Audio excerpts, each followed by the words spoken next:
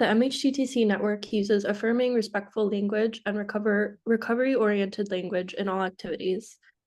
This language is strength-based and hopeful, inclusive and accepting of diverse cultures, genders, perspectives, and experiences, healing, centered, and trauma-responsive, inviting to individuals participating in their own journeys, and person-first and free of labels.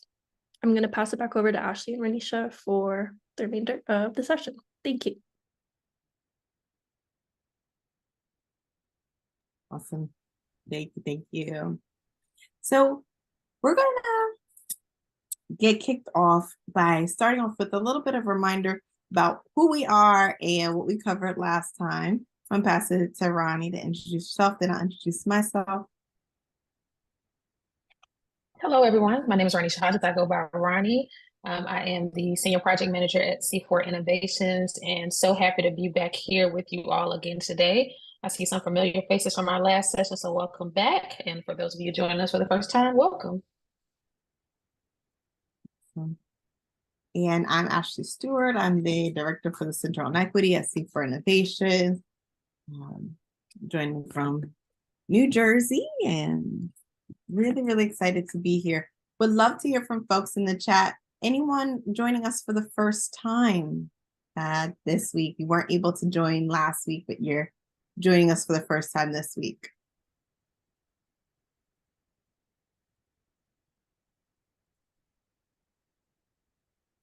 Welcome, Pauline. So happy to have you.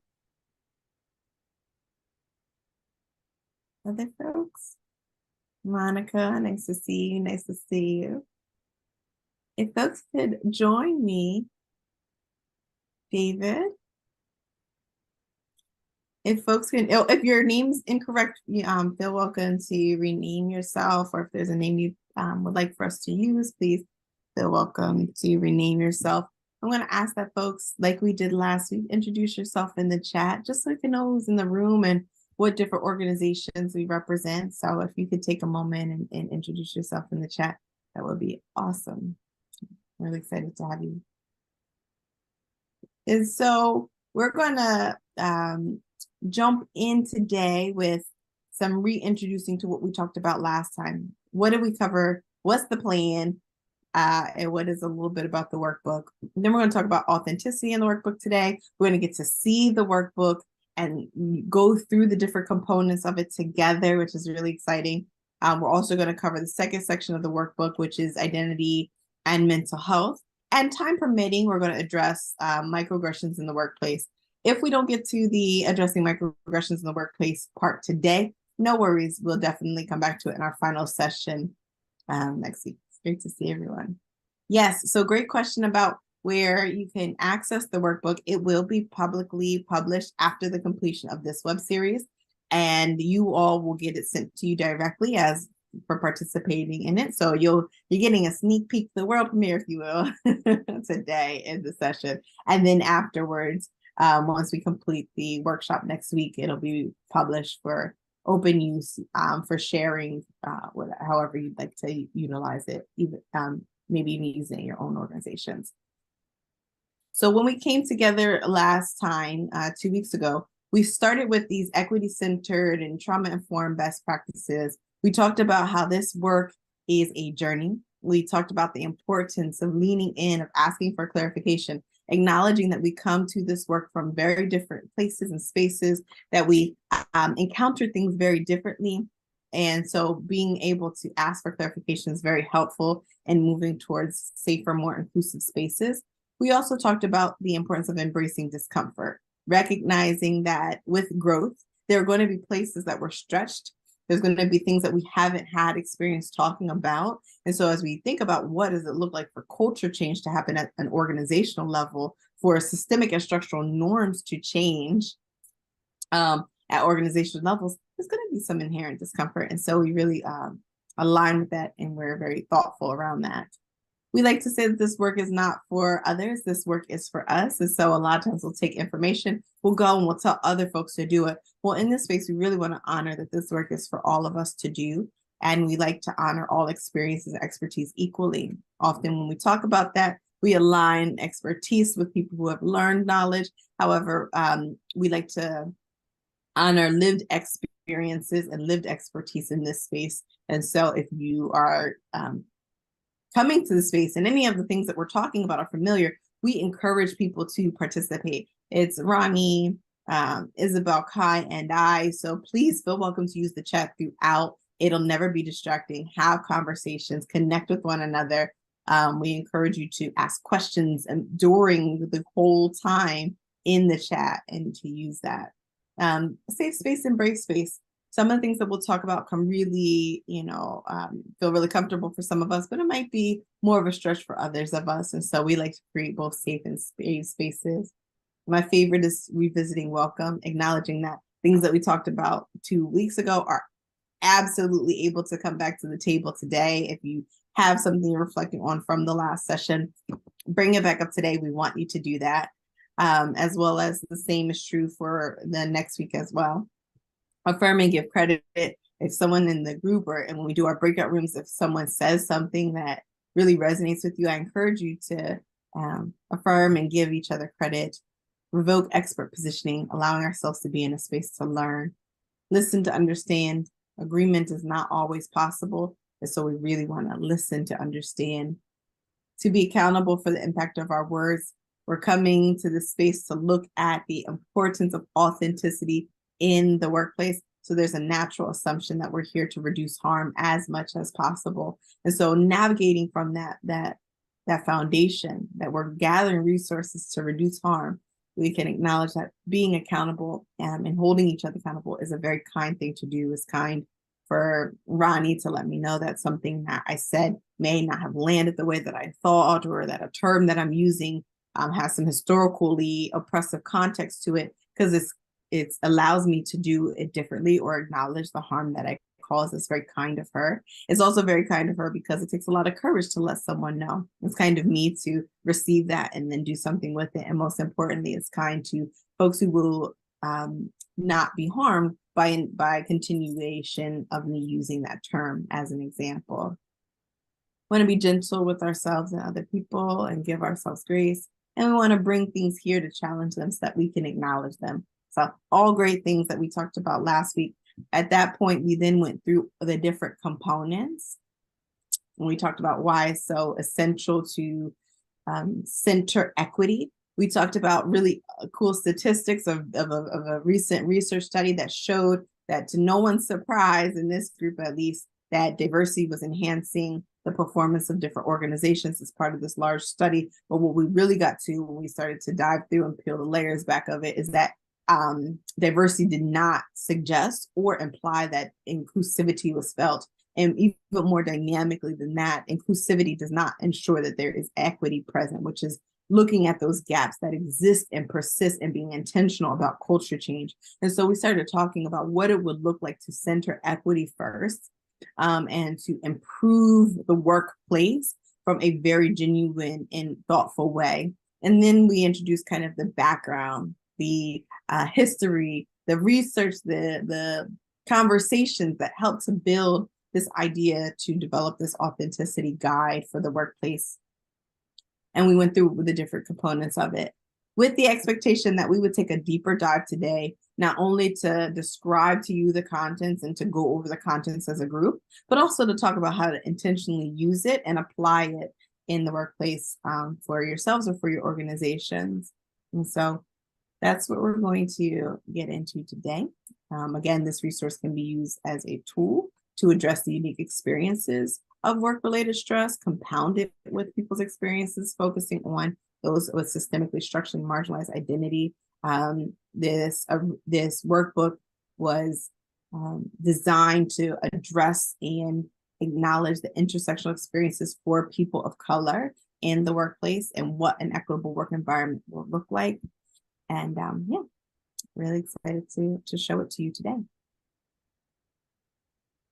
So to start off our workbook, our first chapter centers around authenticity in the workplace, what that looks like, what it means to cultivate authenticity, some questions that you could consider, some important terms to help you define what that looks like, what kind of barriers may be in the way folks showing up authentically as themselves in the workplace. So it really lays out that and gives you some real exercises that you can walk through with yourself and with others to define and refine and act out authenticity in the workplace.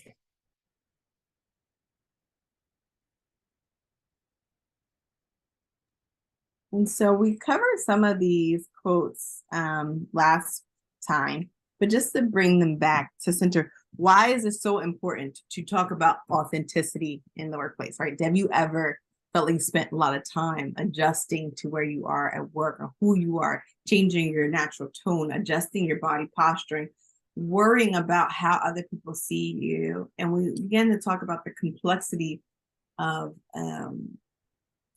energy that is energy depletion that happens when people are not able to be their most authentic self. And so some of the research produces some of these quotes that I wanted to bring to the group.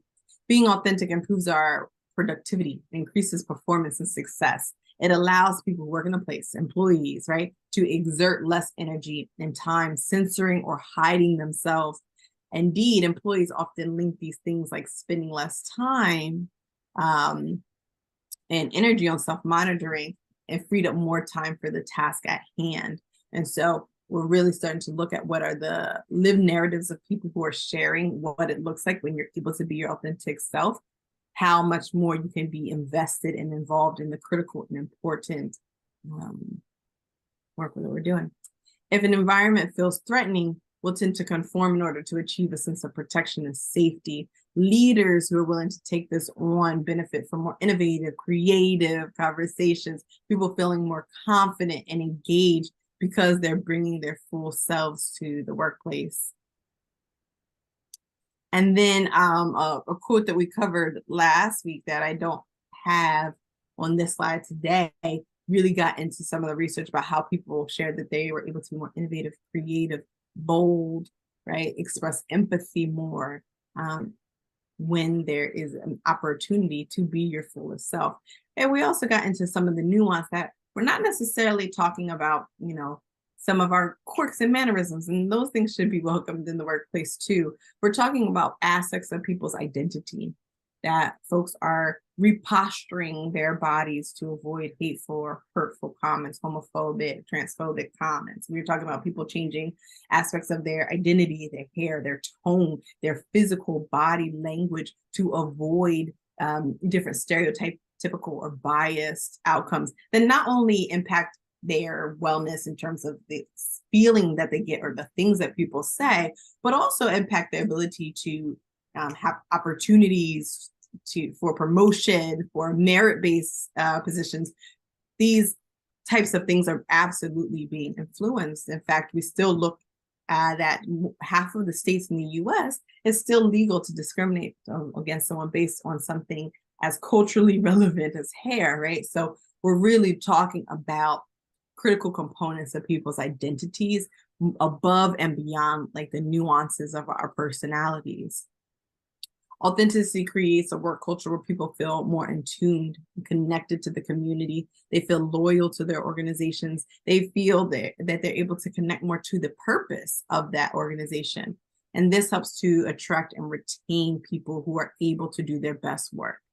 That's critical. When we work with organizations, a big thing that people often talk to us about is retention. And if authenticity or a person's ability to be themselves and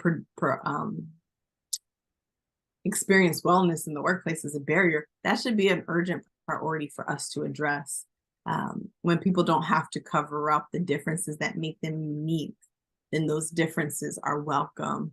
And again, you know, above and beyond how we generally talk about diversity, we're talking truly about multivariate inclusivity. We're talking about genuine appreciation for folks' identities and not superficial or performative siloed diversity efforts, which many of us are familiar with. And so I think here would be a great place to kind of recap what we talked about last time, but also get some input from folks who might be joining us for the first time. We have a Mentimeter, and I'm gonna let Ronnie help us with that. But we do want to know, like, as we get ready to talk about cultural authenticity, wanted to know, like, what does that look like for you and your organization? So, Ronnie, you want to explain the mentees? Yes, so I just dropped a link in the chat, and if you click on that, you can answer this question. And I will share screen so we can see the results as they come in. They come in real time, so we can see people's thoughts.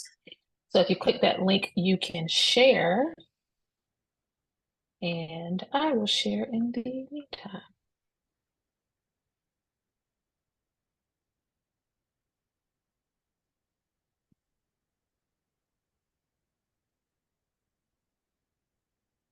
So what does cultural authenticity look like for you?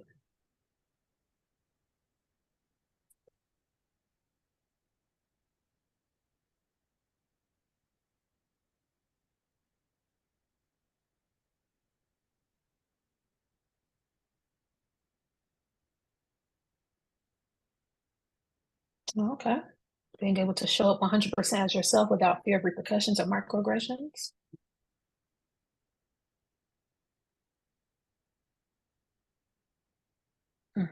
The ability to talk freely about life outside of work without judgment. Being able to freely talk about personal mental health challenges. Respecting your own cultures and beliefs while also being a safe space for others to do the same. Honesty, even to the point of bluntness, but kindly expressed. Knowing that I can share about myself without being labeled negatively. I'm not faced with questions or comments that buckets me into, oh, my content, which continent my country is located. Confident seeing many cultures reflected in the workplace and honored. Yes, these are all great.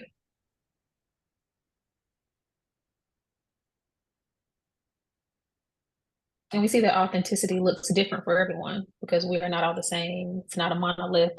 We show up differently, and we want to have a space where we're able to do that safely, and still be able to do our work, right? Acceptance and understanding looks like the community we serve. Yes, I love that.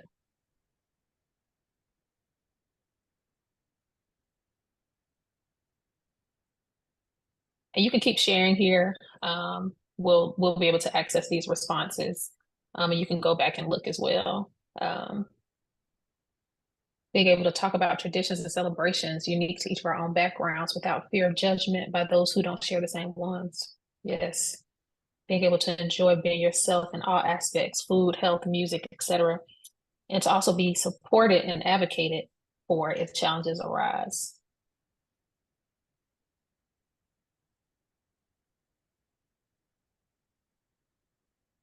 Because this is a great segue into jumping into the workbook. So we can take a look and see what that looks like together. So let's jump in. Make sure you all can see my screen. Are you all seeing the workbook? Yes. Thumbs up? Okay. So we'll start from the beginning here. And you've seen this cover before. We've used it in our presentations, but this is just jumping into the workbook and some of what you'll see, some of what we outlined in our first presentation about what this workbook includes, why this workbook. So talking about that research that we did, that those interviews that were conducted, and how this is guidance for positive change in organizations, not just for the organization itself, but the people in it, right? Because the people make up the organization. About how to use this workbook and starting with intentionality, and how it's a very deliberate approach, how we approach this, what are the optimal outcomes and use, and how this is an effort to enhance the organization. So as we outlined before, these are the contents. And so we will start with chapter 1. So we look through some of the activities that are outlined here. We talk about cultivating authenticity in the workplace and kind of talking through some questions, some ideas that you can read through. So what is authenticity? What does it mean to be true to yourself? What are the benefits? How it impacts individuals and teams? And kind of really walking through this. And then what is leadership's role? So as we outlined previously, we really want to take an approach where we talked about what it meant to you personally, what it meant for allies in the organization, and then what it meant for leadership. So you'll see that kind of thread throughout the workbook, as you can see here in this chapter. But what does it mean to be empowered? How do you authentically empower folks in the workplace? And then what is leadership's role in that? What role does leadership play in being a pivotal part of creating a culture that encourages authenticity? How do leaders lead by example? How do you create this space that so many of you all mentioned in our Mentimeter that is open, where you don't feel fear of retaliation for showing up as who you are, for your culture and what things that you celebrate and the way that you live? So how do you actively listen, recognize and celebrate diverse perspectives, and ensure that folks feel valued for their unique contributions? And then we continue on with some exercises for leadership, how to encourage authenticity among team members, some steps you can take there. So being vulnerable when you're leading, strength spotlight, have team members identify and share their strengths, create opportunities for them to apply that in the daily tasks and projects. One of the things that I love about where we are and where we work is that it's very strengths based. So what are your strengths? What can you bring to the table? And so being able to create an organization where folks can say, this is who I am, this is how I show up, and this is how it can bring value to the company. And then an opportunity to have feedback and recognition as a part of your authenticity in the workplace. Provide regular means to do that, not just something that's a one-off. While big celebrations are good, what are we doing in the everyday to show our gratitude, to recognize and provide feedback opportunities for folks and acknowledge what they bring to the organization? You have personal reflection, so exploring your authentic self. Take some time to reflect, and we have some questions you can do there. We also have a space for notes. And then we have some questions to consider. And actually, I want to jump in with this one. Yep, absolutely. So this is an exercise that you would potentially use the workbook for in the workplace, right? So let's say that you are supervising a team, or let's say that you're leading a component of your staff meeting, or let's say you're doing one-on-one with your supervisor and you're like, this is something I really want to think about. These questions are part of this workbook that we've been looking at.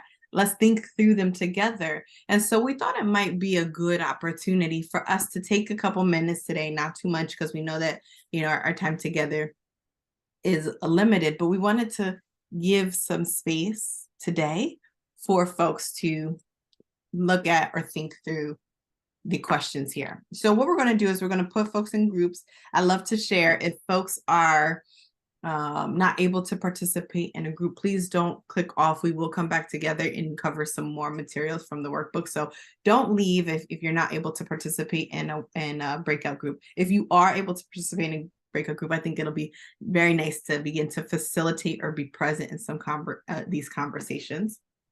But the first question is, and if you are not able to join a group, it's okay. We just won't put you in one. So how can organizations foster an environment of authenticity in the workplace where employees feel comfortable expressing their true selves without fear of judgment or repercussion? What strategies can leaders employ to promote authenticity among team members, encouraging them to bring their genuine perspectives and ideas to the tables? In what ways do an authentic work culture, in which ways does an authentic workplace culture positively impact employee engagement, job satisfaction, overall organizational performance? And then last but certainly not least, what potential challenges or barriers may hinder the cultivation of authenticity in the workplace? And how can organizations address or overcome them? So we will share this this actual page in the work group so you can see them. You might want to grab a picture of it. We also upload a file so that you can have it, the questions. And in the groups, we just ask that you pick one or two. We're not going to spend a lot of time. You might get through one, you might get through two. We'll spend about 10 minutes in those groups, and then we'll come back together and debrief as a larger group. Any questions before I place folks into breakout rooms?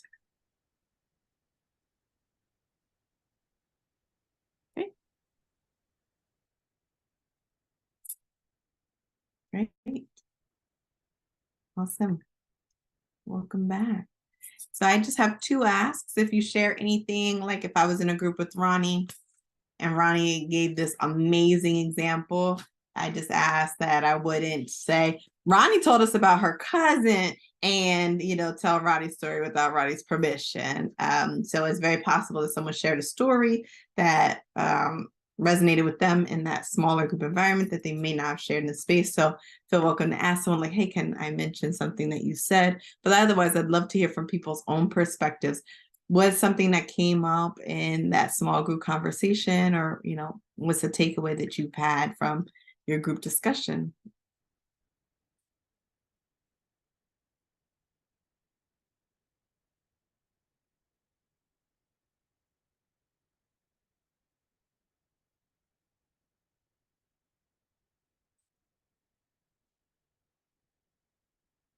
How about someone from room 1?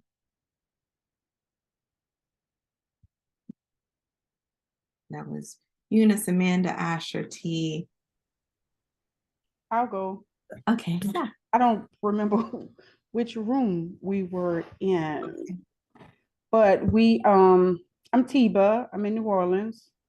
And so we talked about, we focused on question 4 and talking about when you at I guess the mid-level in management or in with your team, how you can you have these ideas, or you bring the authenticity, or you get the best out of your work group, and you create this environment of trust and productivity. But then that's as far as you go, right? When there's a disconnect with upper management. And so I get to manage my department and my program. And so I get to implement all of these amazing things and get my team members to work in their authentic selves and work in my team's strength. But we only get to do that in this box, right? Mm-hmm. So when you have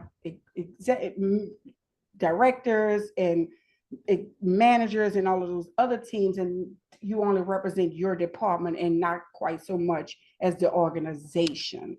Yeah. And so that can be that's a challenge. Yeah. Yeah. And I wonder, even in those situations when a department starts to really thrive, what's the first thing people start to ask when a particular department is thriving? What do folks think? What happens when a department begins to thrive? A unit begins to thrive. A team begins to thrive. What are they doing? What are they doing, right? And then when 2 teams begin to thrive, 2 units, 2 departments begin to thrive. When we talk a lot of times, what are they doing different than everyone else? So a lot of times when I doing like organizational work, one of the bigger barriers that we come up against is the discouragement that can happen when culture change is being prioritized by a single individual, a group of people, a department, right? But then we're looking at this whole organization as a whole. And it's like the people who are in these roles are not like open to the change. And it feels like we're just like in this smaller group of people who are desperately committed to doing this work. And I always say that a big part of culture change is like the acknowledgement of change fatigue. There's going to be people who are resistant or reluctant to change, but the outcome of creating more inclusive, authentic, equitable spaces speaks for itself, because the work that begins to happen, the outcomes that are produced will eventually begin to move the spectrum of what culture is in an organization. And for most organizations, the biggest hump is the consistency in doing that work for that department, for that unit, for that group of folks, and being so consistent with it that it has enough time to have an organizational impact. And so a lot of what we're combating is the experience, the perception that's rooted in data of what is happening all else around. But certainly for organizations that stick to it or groups that stick to it, we start to see the culture change where people who might be resistant, where that barrier that might be resistant is put in a place where their inherent goals or interest conversion, if you want to use some theory behind it, if we're looking at it from a theoretical framework, that interest conversion begins to happen and culture change begins to take the priority. We see that happen often. Yeah, it's a really great point. Anyone else?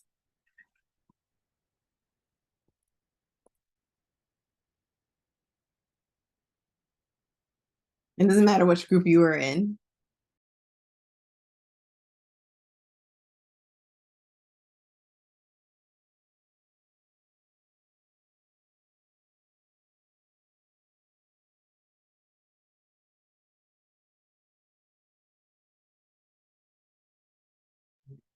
So we're going to jump back into some of the slides. If things come up, please share them. We'd love to hear from you. We're going to jump back into the slides and try to cover a little bit of the second portion. Let me know if it looks okay on your end. The second part of the workbook that we wanted to show is around identity and mental health. Now I'll turn it over to Ronnie to get us kicked off. Thank you. So in the second chapter, we discuss identity and mental health and about creating workspaces, like many of you said when we asked those questions in the beginning, that really support your mental health, that support dealing with identity-based stress responses, that support understanding, dealing with and addressing microaggressions, and what that looks like, defining that, giving exercises around identity-based stress, those responses that can show up and how to deal with those things. So chapter 2 really dives deeply into those topics, and we will share that with you.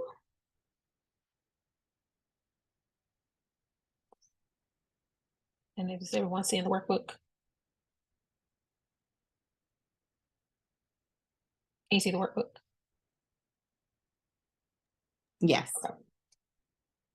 So this is more of chapter 2. Chapter 1, there's lots of stuff there, just in case you thought that was the end of it with those questions. There are lots of other activities there.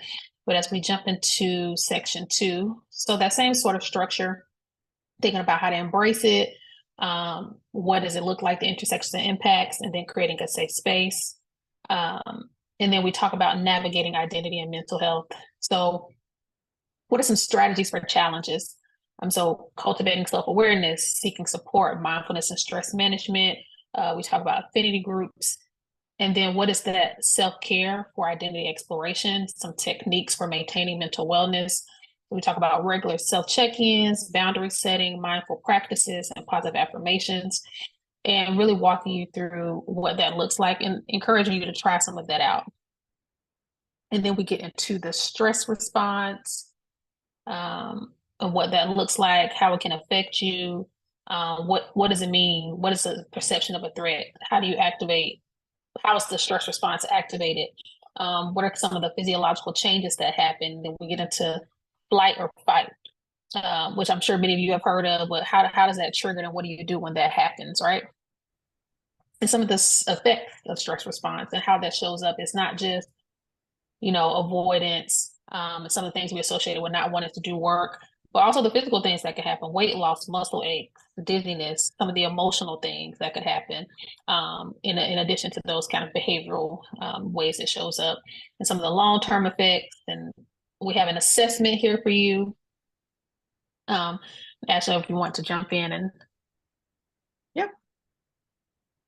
Yep. So we have some assessments and exercises and daily check-ins. And so one of the things that I wanted to highlight here, particularly when it comes to the implementation of it, and Ronnie, we can pull down this screen. I'll close out with this. But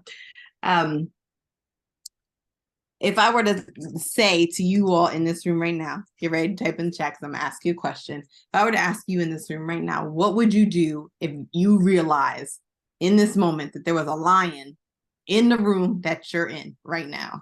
what would you do? Run. Good Right. answer, John. Scream. Climb on top of something. Faint. Freak out. Yeah. What might other folks do? Anyone do anything different? Get behind something, hide. Yeah. Find a hiding spot. Yep.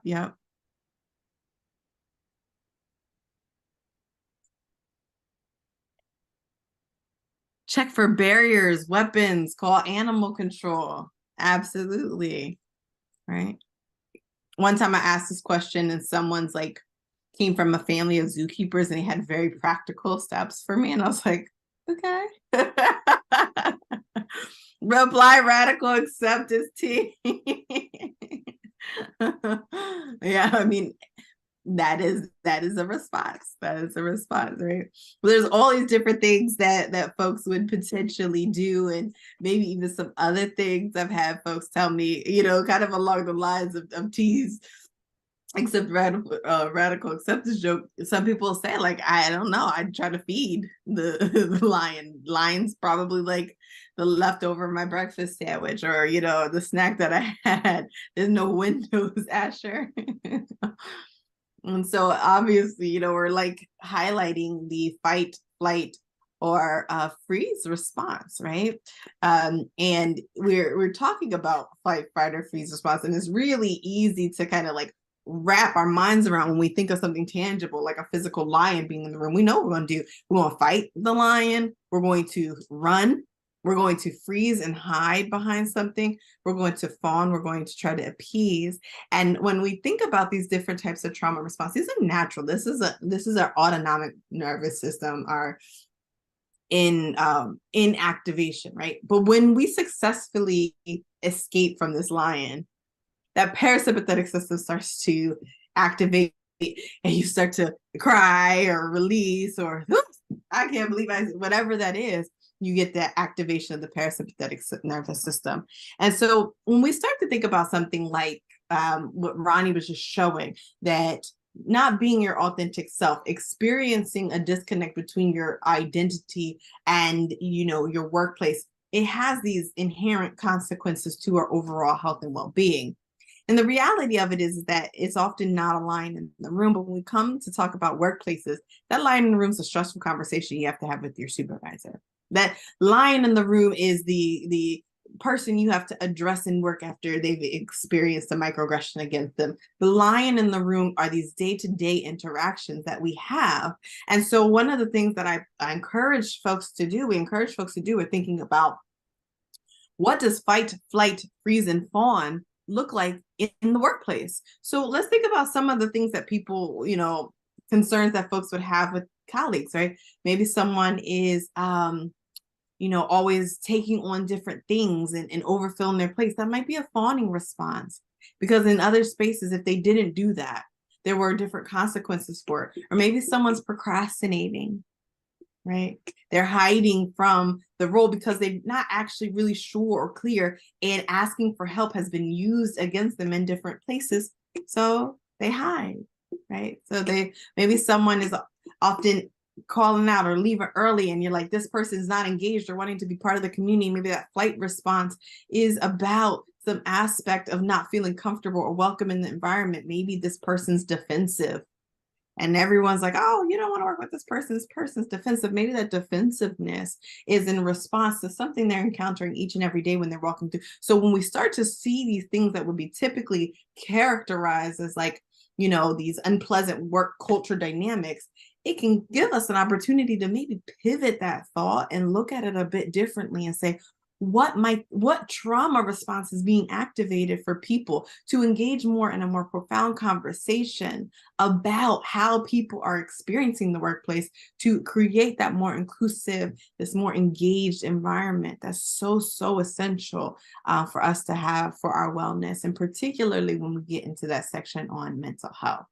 So we would love for you, we're excited for you to see the different components of it. We will go back through. I realized that I skipped all over the section on white dominant cultural ideological norms.